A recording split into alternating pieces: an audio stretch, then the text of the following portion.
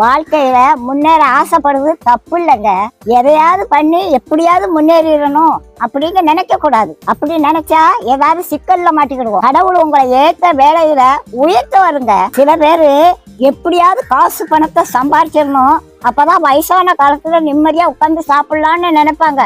வயசான காலத்துல காசு பணம் எல்லாம் இருக்கும், ஆனா ஒன்னும் அனுபவிக்க முடியாது. பாட்டி வீட்டுல ஒரு எலி ரொம்ப நாளா தொண்டை பண்ணிக்கிட்டு இருந்தது. அதை எப்படியாவது பிடிச்சிருந்தோன்னு கூண்டுக்குள்ள ஒரு தேங்காய் துண்டை குத்தி வச்சேன். ஒரு 9 மணிக்கு சத்தம் கட்டுச்சு, எலி மாட்டிக்கிட்டுச்சு. சரி இருக்கட்டும், காலையில எந்திரிச்சு காட்டு பக்கத்துல கொண்டு திறந்து விடுவோம் அப்படின்னு நினைச்சு தூங்கிட்டேன். காலையில பார்த்தா எலி உள்ளதான் இருந்துச்சு, ஆனா அந்த தேங்காய் துண்டை அதை நக்கி கூட பார்க்கலங்க. எப்படி வச்சானோ அது அப்படியே இருந்துச்சு. ராத்திரி முழுவதும் உள்ளதான் இருந்துச்சு. அந்த தேங்காய் துண்டை திங்கலாம்ல, அதுக்கு மரண பயம் வந்துட்டு அதனால தேங்காய் துண்டை திங்கிறதுக்கு மனசு வரல. அதுக்கு தேங்காய் துண்டை விட நம்ம உயிர் பிழைச்சா போதும்னு அது இருந்துச்சு.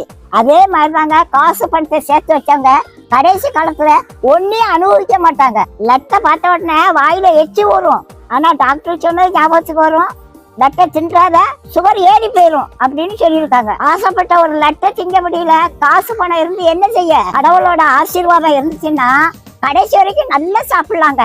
நாளைய தினத்தை குறிச்சு கவலைப்படாதீங்க. அந்தந்த நாளைக்கு அந்தந்த நாளோட பாடு போதுங்க. இன்னைக்கு சாப்பாடு கொடுத்த கடவுள் நாளைக்கு சாப்பாடு கொடுப்பாரு.